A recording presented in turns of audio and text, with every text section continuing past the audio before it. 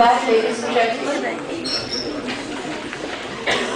I hope that little stint in the sun energized us for the next session, which is a very interesting session and something that many of us have done thinking already about, which is international English in the 21st century.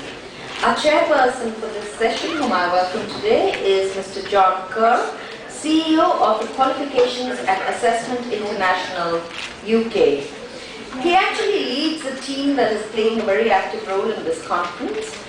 He was earlier himself the former CEO of EDUConvEx Foundation, the largest awarding body in UK.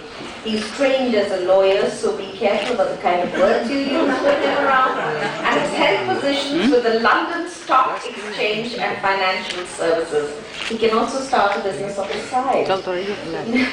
After leaving Pearson, John was the operations director with the large educational charity, the Edge Foundation, and commissioned 2 city academies and the Edge Hotel School.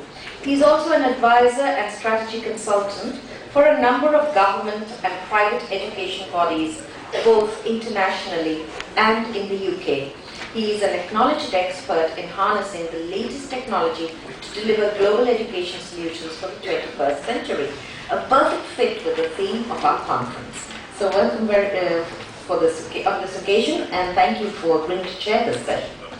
Our first speaker thereafter will be Mr. T.K. Arunachalam, who is Regional Manager of South Asia for the University of Cambridge ESOL examinations in India.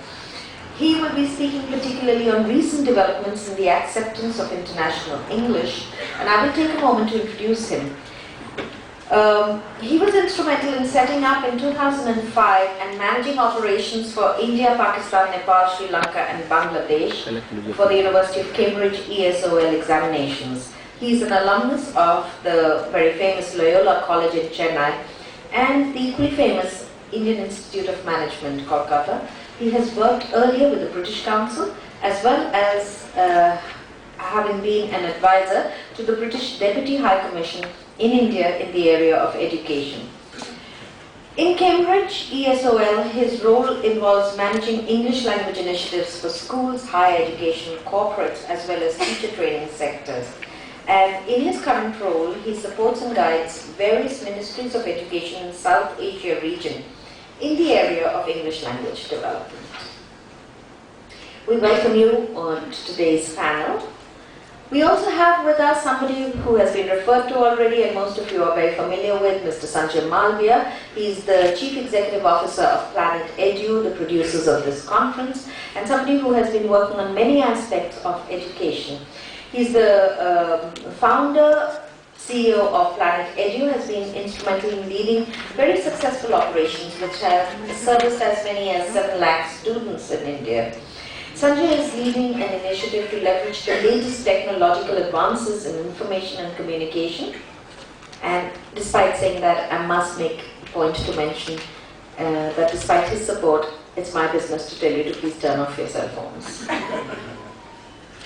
You heard him mention, the references we made to the tablets and iPads and all that will be given to students this evening, and that is something that has excited Sanjay immensely, that he's finally walking the talk, as it were. He's been the producer of these series of educational conferences which have changed in a way the manner in which we are looking at education, a very timely initiative, and they continue to attract great attention every year. Sanjay, thank you very much for taking time out of your putting together facilitating role and joining us as a speaker on this panel. And finally, the only lady on the panel, Seema Jairaj. She's the principal of the DLF Public School, India, and brings onto the table almost 25 years of teaching and administrative experience. She has a master's in English and education, and she began her career as a teacher, as a nursery teacher, and has over the years taught English in every class up to class 12. She has a deep interest in teaching and creating new practices by which the child can have a child-centered curriculum and a learning process. She has been able to adapt that as the child has advanced in age and capacities. She has authored 25 books for teachers, students and parents, and has been conducting teacher training programs for the last 15 years across India and even abroad. These 4 panelists, our chairperson and the 3 panelists who will be speaking, bring us a very interesting perspective on international English in the 21st century. Now, standing between you and them, I hand over the responsibility of conducting the session to our chairman, Mr. Kerr. Thank you very much.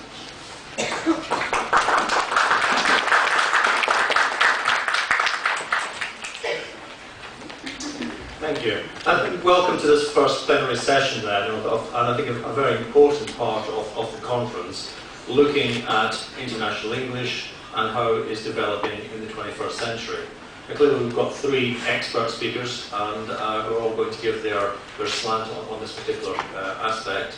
I would ask that if you hold your questions until the end of these 3 speeches, so that we can actually get a discussion going on where international English is moving. I think really, for me, what sums up English is, and international English as it has moved forward, was a conversation I overheard in the hotel this morning, where a Japanese engineer was talking to another Swedish engineer, and then discussing in English, using English as a language to bridge their nationalities, and also discuss with the Indian staff just how the day would be operating. None of these were native speakers. All had picked up English in a different fashion, but all using English as a way of communication. And I think that's what, obviously, as English will be developed, this is something that we as educators need to be aware of. I think it presents us with significant challenges, but obviously large opportunities. So first of all, we'd like to call on Aruna to give us his perspective on Cambridge. Thank you.